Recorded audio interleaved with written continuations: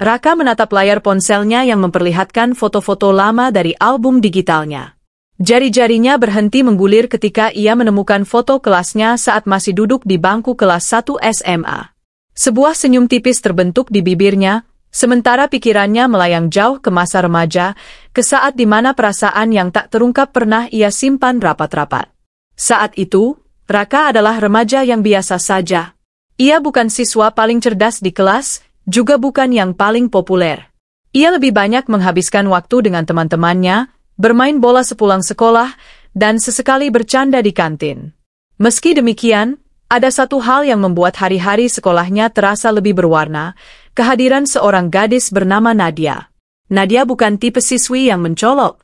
Ia tidak terlalu aktif dalam kegiatan ekstrakurikuler atau banyak berbicara di kelas, tetapi ada sesuatu dalam dirinya yang menarik perhatian Raka. Mungkin itu senyumnya yang selalu terlihat tulus, atau caranya menundukkan kepala saat membaca buku di sudut kelas. Bagi Raka, Nadia bukan sekadar gadis yang menarik, tetapi seseorang yang diam-diam mengisi ruang di hatinya tanpa ia sadari. Nadia adalah cinta pertamanya. Sebelum mengenal Nadia, Raka tidak pernah berpikir soal cinta. Baginya, sekolah adalah tempat belajar dan bersenang-senang dengan teman-teman. Namun, semua itu berubah sejak ia melihat Nadia pertama kali di dalam kelas. Ada sesuatu dalam dirinya yang bergetar, sesuatu yang membuatnya ingin selalu melihat gadis itu, meskipun hanya dari jauh. Sayangnya, Raka bukan tipe pria yang berani mendekati perempuan yang ia sukai. Ia lebih memilih untuk mengagumi dari jauh, menikmati momen-momen kecil yang mungkin bagi Nadia tidak berarti apa-apa, seperti ketika mereka pernah dipasangkan dalam tugas kelompok atau saat tak sengaja bertemu di lorong sekolah. Meski mereka satu kelas, percakapan di antara mereka bisa dihitung dengan jari. Raka lebih sering mendengar tentang Nadia dari cerita teman-temannya atau sekadar mengamati gerak-geriknya dari sudut kelas. Ada satu kejadian yang masih diingat Raka dengan jelas. Saat itu, hujan deras mengguyur sekolah mereka. Banyak siswa memilih berteduh di kantin atau di bawah atap koridor, menunggu hujan reda sebelum pulang. Raka, yang kebetulan membawa payung, melihat Nadia berdiri di depan gerbang sekolah, tampak ragu untuk menerobos hujan. Hatinya berdebar. Ini adalah kesempatan yang jarang terjadi. Dengan sedikit keberanian yang tersisa, Raka melangkah mendekat. Nadia, kamu mau nebeng payung? Rumahmu searah denganku, kan? Tanyanya dengan suara yang ia usahakan terdengar santai. Nadia menoleh dan tersenyum kecil. Oh, nggak usah, Raka. Aku tunggu hujannya reda saja. Terima kasih, ya.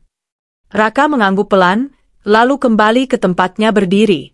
Meskipun ditolak dengan cara yang halus, hatinya tetap hangat. Setidaknya, ia sudah berani menawarkan sesuatu. Setidaknya, Nadia sekarang tahu namanya. Malam harinya, Raka tidak bisa tidur. Ia terus memikirkan kejadian sore itu. Meski percakapannya dengan Nadia hanya sejenak, tetapi momen itu begitu berarti baginya. Ia membayangkan bagaimana rasanya bisa berbicara lebih lama dengan Nadia, mengenalnya lebih jauh, atau bahkan menjadi seseorang yang lebih dari sekadar teman sekelas. Namun, impian itu tidak pernah terwujud. Ketika naik ke kelas 2, mereka ditempatkan di kelas yang berbeda. Interaksi mereka yang memang sudah jarang menjadi semakin langka. Raka hanya bisa melihat Nadia dari kejauhan, sesekali mendengar namanya disebut oleh teman-temannya yang mengenalnya lebih baik. Ada kalanya ia ingin mendekat, tetapi selalu ada alasan yang membuatnya mengurungkan niat. Entah itu rasa takut, ragu, atau sekadar merasa tidak cukup percaya diri. Hari-hari berlalu, lalu menjadi bulan, kemudian tahun. Sebelum ia menyadarinya, masa SMA telah berakhir. Lulus dari SMA, Raka melanjutkan hidupnya. Ia bekerja keras membangun usaha barbershop kecil yang kini berkembang cukup pesat. Meskipun begitu, ingatan tentang Nadia tetap tersimpan di sudut hatinya. Ia tidak pernah benar-benar melupakan perasaan itu, meskipun ia mencoba meyakinkan dirinya sendiri bahwa itu hanyalah bagian dari kenangan masa remaja yang tak perlu diungkit lagi. Dalam perjalanan hidupnya setelah SMA, Raka bertemu dengan banyak perempuan. Beberapa di antaranya mencoba mendekatinya, tetapi tidak ada yang benar-benar mengisi hatinya seperti Nadia dulu. Ada sesuatu yang berbeda dalam perasaannya saat bersama Nadia, sesuatu yang tidak ia temukan pada perempuan lain. Rasa itu begitu murni, begitu tulus, bahkan tanpa perlu adanya interaksi yang berarti di antara mereka. Itu adalah cinta pertama yang tak terungkap, cinta yang hanya bisa ia simpan sendiri. Seringkali, Raka bertanya-tanya bagaimana kabar Nadia sekarang. Apakah ia bahagia? Apakah ia sudah menikah? Apakah ia masih mengingat masa SMA mereka? Pertanyaan-pertanyaan itu selalu mengganggu pikirannya, tetapi ia tidak pernah mencari tahu jawabannya. Ia takut. Takut jika kenyataan tidak seperti yang ia harapkan. Takut jika Nadia bahkan sudah melupakannya sepenuhnya. Namun, takdir seringkali bekerja dengan cara yang tak terduga. Dan bagi Raka, kisahnya dengan Nadia ternyata belum benar-benar berakhir. Malam itu, Raka duduk di ruang tamunya yang sederhana, menggulir media sosialnya tanpa tujuan. Entah bagaimana, pikirannya kembali melayang ke masa SMA. Rasa penasaran menguasainya, dan ia mulai mencari satu nama di kolom pencarian, Nadia. Ia menemukan akun Facebook Nadia. Dengan jantung berdegup kencang, Raka mengklik profilnya. Wajah itu masih sama, meski lebih dewasa dan anggun. Namun, ada sesuatu dalam sorot matanya yang berbeda, seperti menyimpan luka. Tanpa berpikir panjang, Raka mengirim pesan melalui Messenger. "Hai, Nadia. Ini Raka. Masih ingat aku?" Namun, tidak ada balasan. Sehari berlalu, pesan itu tetap dibiarkan tanpa respons. Raka mulai bertanya-tanya, apakah Nadia tidak mengenalnya lagi? Atau mungkin ia memang tidak tertarik untuk berbicara dengannya? Namun, justru itu yang membuat Raka semakin penasaran. Ia kembali mengirim pesan, mencoba membuka percakapan dengan cara yang lebih santai. "Hai Nadia, masihkah kau ingat aku? Aku teman SMA kamu." Kali ini, Nadia akhirnya membalas. "Oh, iya? Maaf ya baru balas. Siapa ya? Aku agak lupa soalnya sudah lama lulus SMA-nya jadi tidak ingat kamu siapa. Kita dulu satu kelas saat SMA kelas 1 loh, apa kamu tidak ingat Nadia?" kata Raka. "Oh ya, maaf aku benar-benar lupa kalau kita pernah satu kelas, Raka. Tapi aku ingat kita memang teman satu sekolah," kata Nadia. Percakapan pun mulai mengalir, meskipun pada awalnya terasa canggung. Nadia terkesan cuek dan hanya membalas seperlunya. Namun, semakin lama, Raka mulai merasakan ada celah kecil yang bisa ia masuki. Ia ingin tahu lebih banyak tentang kehidupan Nadia sekarang, tentang luka yang mungkin tersembunyi di balik senyumannya. Takdir telah memberi mereka kesempatan kedua. Dan kali ini, Raka tidak akan menyia-nyiakannya. Raka dan Nadia akhirnya memutuskan untuk bertemu. Mereka sepakat untuk bertemu di barbershop milik Raka. Meskipun mereka sudah cukup lama berkomunikasi melalui pesan, pertemuan secara langsung tetap saja membuat Nadia merasa sedikit canggung. Ia bukan lagi gadis SMA yang pemalu, tetapi bertemu dengan seseorang yang menyimpan kenangan lama tetap saja menghadirkan perasaan yang sulit dijelaskan. Saat Nadia tiba di depan barbershop, ia melihat papan nama dengan desain minimalis dan pencahayaan yang hangat. Dari luar, ia bisa melihat Raka sedang berdiri di dekat meja kasir, berbincang dengan salah satu pegawainya. Raka kemudian menoleh dan melihatnya. Dengan senyuman lebar, ia melangkah menghampiri Nadia. "Akhirnya datang juga." "Masuk, dong," ujar Raka sambil mempersilakan Nadia masuk. Nadia tersenyum canggung. "Aku belum pernah ke barbershop sebelumnya, jadi rasanya agak aneh." Raka tertawa kecil. "Tenang, kamu nggak harus potong rambut di sini. Aku cuma pengen ngenalin tempat ini ke kamu. Ini hasil kerja keras bertahun-tahun." Nadia mengamati ruangan itu. Desainnya modern dengan sentuhan industrial, dilengkapi dengan cermin besar di setiap bilik potong. Aroma khas produk perawatan rambut tercium samar di udara. Raka mengajaknya duduk di sofa kecil di bagian depan, tempat pelanggan menunggu giliran. "Mau minum sesuatu? Aku punya kopi, teh, atau air mineral," tawar Raka. "Teh aja, deh," jawab Nadia. Raka beranjak ke pantry kecil di sudut ruangan dan kembali dengan 2 cangkir teh hangat. Mereka mulai mengobrol, mengenang masa lalu, membicarakan kehidupan mereka sekarang, dan bercanda tentang hal-hal kecil. Setelah pertemuan pertama di barbershop itu, Nadia mulai sering datang. Kadang hanya untuk ngobrol sebentar, kadang menunggu saat Raka selesai bekerja agar bisa pergi makan bersama. Ada sesuatu dalam suasana barbershop itu yang membuat Nadia merasa nyaman. Ia melihat Raka bekerja dengan tekun, bercanda dengan pelanggan, dan sesekali memberi arahan kepada pegawainya. Suatu hari, saat barbershop sedang sepi, Nadia duduk di sofa menunggu Raka menyelesaikan pekerjaannya. Ia memperhatikan bagaimana Raka begitu serius saat memotong rambut pelanggan, bagaimana tangannya bergerak lincah dan penuh percaya diri. Ada kekaguman yang tumbuh di hatinya. Setelah selesai, Raka mendekatinya. Lama nunggu, ya? Maaf, tadi ada pelanggan dadakan. Enggak apa-apa. Aku malah senang bisa lihat kamu kerja. Kamu kelihatan passion banget sama ini. Raka tersenyum. Iya? Aku suka banget sama dunia barber. Aku senang bikin orang merasa lebih percaya diri setelah potong rambut. Mereka mulai menghabiskan lebih banyak waktu bersama. Kadang setelah tutup, Raka mengajak Nadia makan di warung langganannya. Kadang, mereka hanya duduk di dalam barbershop, berbincang sampai larut malam. Perlahan-lahan, kecanggungan di antara mereka mulai menghilang. Namun, Nadia masih menyimpan keraguannya. Meski ia menikmati kebersamaan mereka, ia tahu bahwa dirinya masih harus berhati-hati. Raka pun menyadari hal itu, tapi ia tidak ingin memaksa. Ia memilih untuk menikmati waktu mereka tanpa terburu-buru. Suatu malam, saat mereka duduk di kursi depan barbershop setelah tutup, Raka menatap Nadia dengan lembut. Aku senang kita sering ketemu kayak gini. Aku nggak tahu apa yang kamu rasakan, tapi buat aku, ini berarti banyak.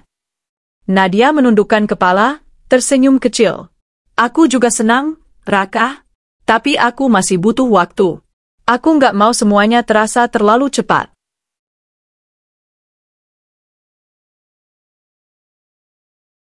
Raka mengangguk. Aku ngerti. Aku nggak akan maksa. Aku cuma ingin kita menikmati ini tanpa ada tekanan. Dengan semakin seringnya pertemuan mereka, perasaan itu semakin tumbuh.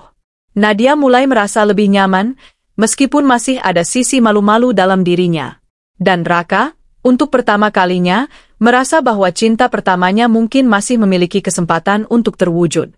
Seiring waktu, pertemuan di barbershop semakin menjadi rutinitas bagi Nadia dan Raka. Setiap kali datang, Nadia tidak hanya sekadar menemui Raka, tetapi juga mulai mengenal lingkungan tempat kerja Raka dengan lebih baik. Ia mulai akrab dengan pegawai-pegawai di sana dan merasa nyaman dengan suasana yang selalu hidup. Namun, Nadia belum benar-benar memiliki perasaan lebih terhadap Raka.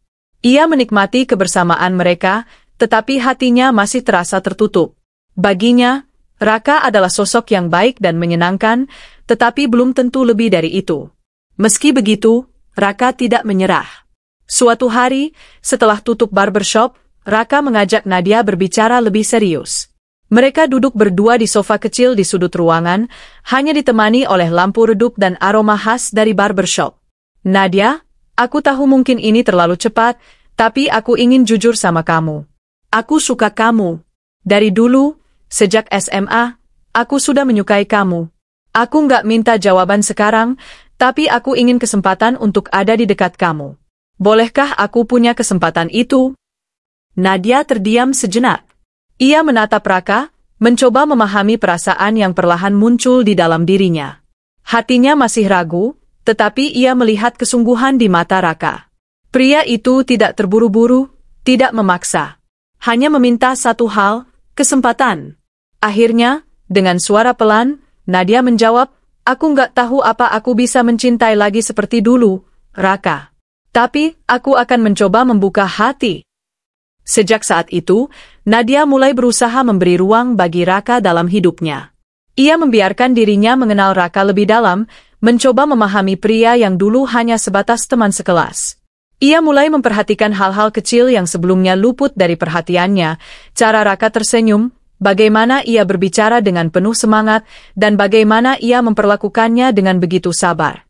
Yang membuat Nadia semakin mempertimbangkan Raka adalah saat Raka mengatakan sesuatu yang membuat hatinya bergetar. Nadia, aku tahu kamu sudah punya 2 anak, dan aku ingin kamu tahu, aku siap menerima mereka seperti anakku sendiri. Aku akan menyayangi mereka dengan tulus, seperti aku menyayangi kamu.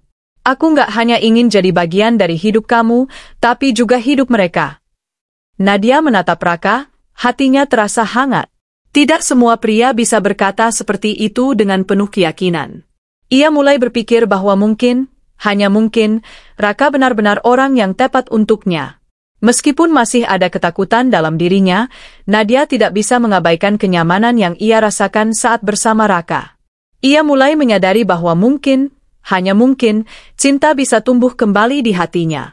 Malam itu, ada sesuatu yang berubah di antara mereka. Mungkin ini bukan awal dari kisah cinta yang sempurna, tetapi ini adalah langkah pertama menuju sesuatu yang lebih berarti. Hari-hari terus berlalu, dan hubungan antara Nadia dan Raka semakin berkembang. Nadia masih belajar membuka hatinya, sedangkan Raka tetap bersabar menunggu dan menunjukkan kesungguhannya. Barbershop bukan lagi sekadar tempat kerja bagi Raka, tetapi juga menjadi ruang di mana ia dan Nadia membangun kenangan baru. Suatu sore, setelah barbershop tutup, Raka mengajak Nadia untuk makan malam di sebuah kafe kecil yang tidak jauh dari tempatnya bekerja. Tempat itu memiliki suasana hangat dengan lampu-lampu kecil yang menggantung di langit-langit, menciptakan nuansa nyaman yang membuat percakapan lebih akrab. Aku pengen lebih kenal anak-anakmu, Nadia. Aku ingin mereka juga merasa nyaman denganku, ujar Raka saat mereka duduk di sudut kafe. Nadia menatapnya dengan penuh pertimbangan. Aku senang kamu bilang begitu, Raka. Tapi aku juga harus memastikan bahwa mereka siap menerima kehadiran orang baru dalam hidup kami. Raka mengangguk mengerti. Aku nggak akan buru-buru. Aku ingin mereka melihat aku sebagai seseorang yang tulus, bukan hanya pria yang dekat dengan ibunya. Aku ingin mereka tahu bahwa aku ada untuk mereka juga. Ucapan itu membuat Nadia terdiam. Tak banyak pria yang mau menerima kenyataan bahwa ia sudah memiliki 2 anak, apalagi menganggap mereka sebagai bagian dari kehidupan mereka. Namun, Raka berbeda.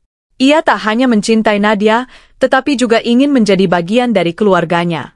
Keesokan harinya, Nadia mulai berbicara dengan anak-anaknya tentang Raka. Ia tidak ingin memaksa mereka menerima seseorang yang baru, tetapi ia juga ingin membuka pintu agar mereka bisa mengenal Raka lebih baik. Awalnya, kedua anak Nadia, Dinda dan Raihan, menunjukkan sikap canggung.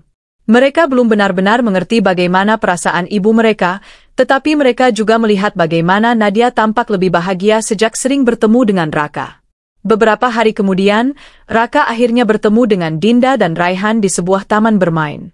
Nadia memilih tempat itu agar anak-anaknya merasa lebih santai. Raka datang membawa es krim untuk mereka, berusaha mencairkan suasana. "Kalian suka es krim?" tanya Raka dengan senyum hangat. Dinda mengangguk pelan, sedangkan Raihan masih tampak malu-malu. Nadia tersenyum melihat usaha Raka untuk mendekati anak-anaknya. Ia tahu bahwa butuh waktu agar mereka bisa merasa nyaman. Seiring berjalannya waktu, interaksi antara Raka dan anak-anak Nadia semakin sering. Raka tidak hanya berusaha mendekati mereka dengan memberi hadiah atau membelikan makanan favorit mereka, tetapi ia juga hadir dalam momen-momen kecil seperti menemani mereka bermain atau membantu Raihan mengerjakan tugas sekolah. Kehadiran Raka mulai diterima dengan lebih terbuka oleh anak-anak Nadia. Suatu hari, saat mereka sedang duduk bersama di ruang tamu rumah Nadia, Dinda tiba-tiba bertanya, "Om Raka, kenapa Om selalu baik sama kami?" Pertanyaan itu membuat Raka tersenyum. Ia menatap Dinda dengan lembut. "Karena kalian penting buat ibumu, dan kalau kalian penting buat dia, kalian juga penting buat aku. Aku ingin kalian bahagia." Jawaban itu membuat Nadia terharu. Ia melihat bagaimana Raka benar-benar berusaha menjadi bagian dari hidup mereka. Perlahan, dinding yang selama ini ia bangun mulai runtuh. Ia tidak lagi sekadar mencoba membuka hati, tetapi ia benar-benar mulai merasakan bahwa Raka bisa menjadi seseorang yang berarti dalam hidupnya. Suatu malam, setelah anak-anak tidur, Nadia dan Raka duduk di teras rumah. Angin malam berhembus lembut, membawa ketenangan dalam percakapan mereka. "Aku nggak pernah menyangka akan bertemu lagi denganmu seperti ini, Raka. Apalagi melihat kamu bisa begitu dekat dengan anak-anakku," ujar Nadia lirih. Raka menggenggam tangan Nadia dengan lembut. "Aku juga nggak pernah menyangka. Tapi kalau ini takdir, aku bersyukur karena diberikan kesempatan kedua untuk ada di sisimu." Malam itu, Nadia menyadari sesuatu yang penting. Raka bukan hanya pria yang hadir untuk mengisi kekosongan di hatinya, tetapi seseorang yang benar-benar ingin menjadi bagian dari hidupnya dan anak-anaknya. Kepercayaan yang dulu sulit ia berikan, kini perlahan ia serahkan kepada pria yang telah dengan sabar menunggunya. Hubungan mereka semakin kuat, dan Nadia mulai percaya bahwa mungkin, hanya mungkin, ia bisa mencintai lagi dengan sepenuh hati. Seiring berjalannya waktu, hubungan antara Nadia dan Raka semakin dalam. Nadia mulai merasakan kenyamanan yang belum pernah ia rasakan sebelumnya, sementara Raka semakin mantap dengan keputusannya untuk menjadi bagian dari hidup Nadia dan anak-anaknya. Namun, jalan menuju kebahagiaan tidak selalu mulus. Ada banyak hal yang perlu mereka lalui bersama. Suatu hari, Raka datang ke rumah Nadia setelah jam kerja. Ia membawa sebuah kotak besar berisi permainan edukatif untuk Dinda dan Raihan. Begitu melihat kedatangan Raka, Raihan langsung berlari menghampirinya dengan wajah berbinar. "Om Raka, bawa apa itu?" tanya Raihan dengan antusias. Raka tersenyum dan berjongkok di depan bocah itu. "Ini permainan puzzle dan kartu edukatif. Aku pikir kalian bakal suka. Mau coba main bareng?" Dinda, yang biasanya lebih pendiam, mendekat dengan ragu-ragu. "Om Raka juga suka main kayak gini." "Tentu saja. Waktu kecil, aku suka banget main puzzle. Itu bikin otak kita lebih pintar," kata Raka sambil mengedipkan mata. Mendengar itu, Dinda mulai tertarik. Nadia memperhatikan interaksi mereka dengan penuh haru. Ia melihat bagaimana Raka dengan sabar berusaha membangun hubungan dengan anak-anaknya tanpa memaksa. Saat mereka mulai bermain, Raihan tertawa ceria dan Dinda pun mulai menunjukkan ekspresi senang. Nadia memperhatikan dari kejauhan sambil tersenyum. Ia tahu bahwa ini adalah langkah besar dalam hubungan mereka. Tidak mudah bagi anak-anaknya untuk menerima kehadiran seseorang yang baru, tetapi Raka berhasil mendekati mereka dengan cara yang tulus dan penuh kesabaran.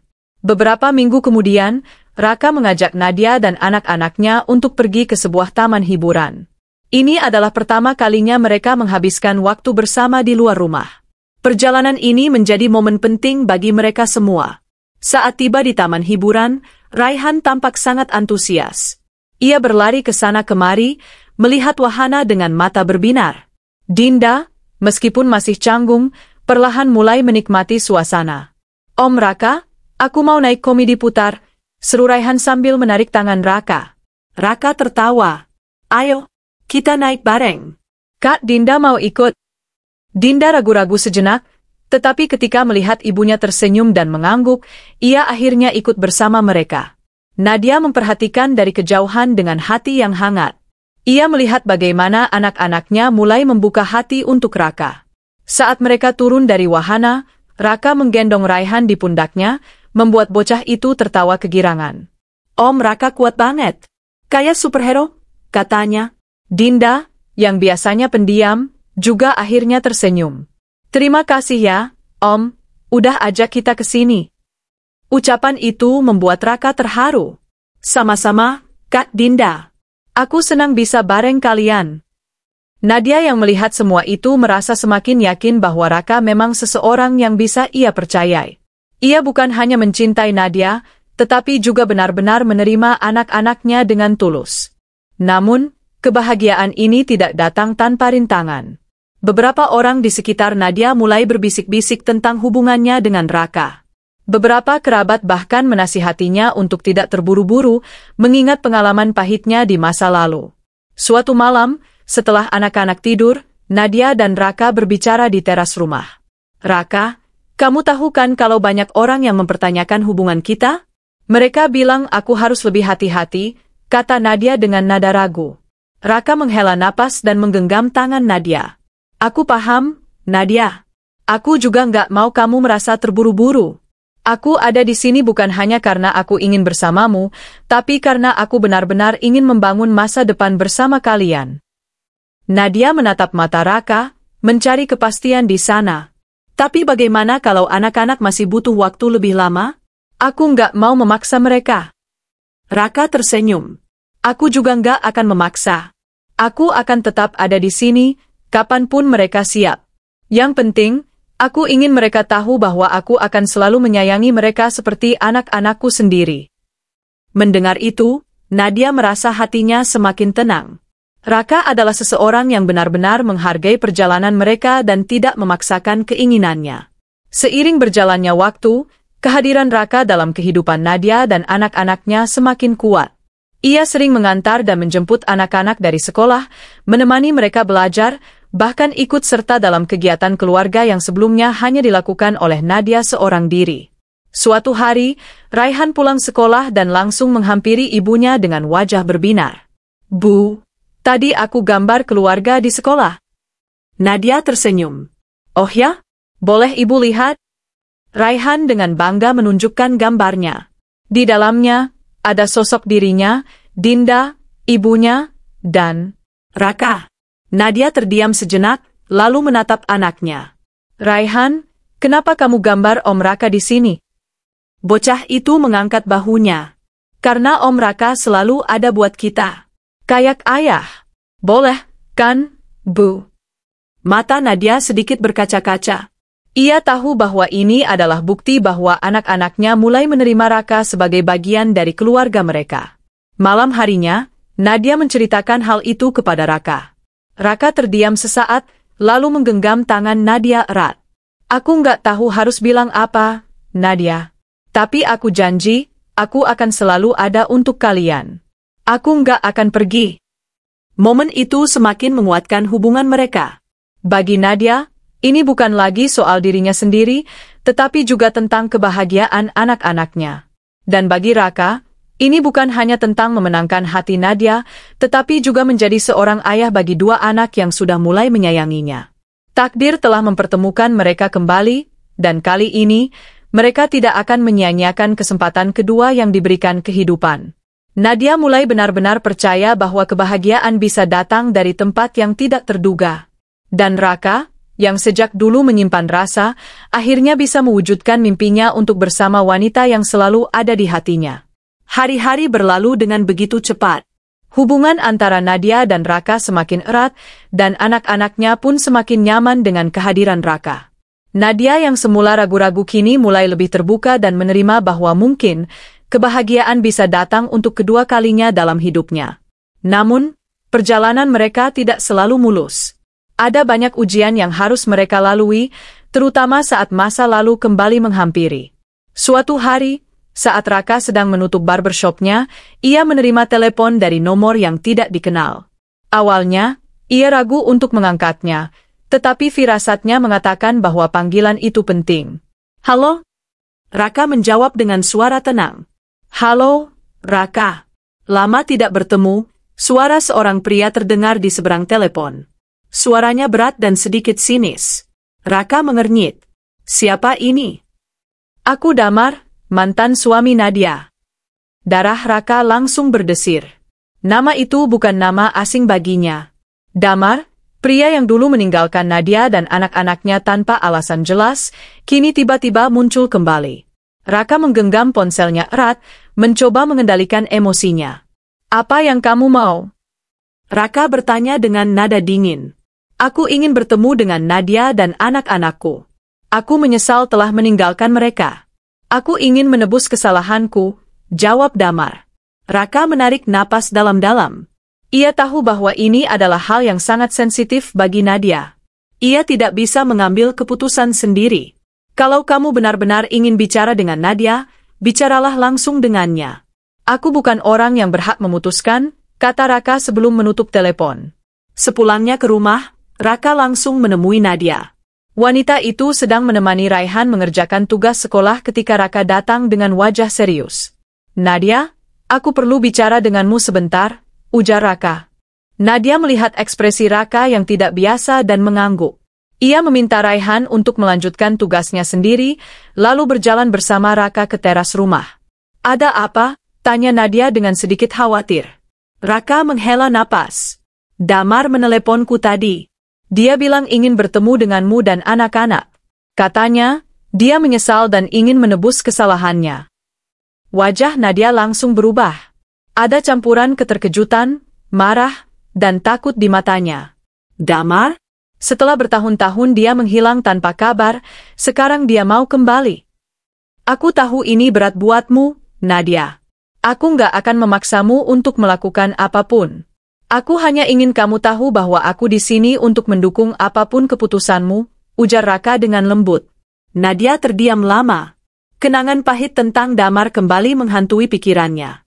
Ia mengingat bagaimana pria itu pergi tanpa memberi penjelasan, meninggalkannya dalam keadaan hancur dengan 2 anak yang masih kecil.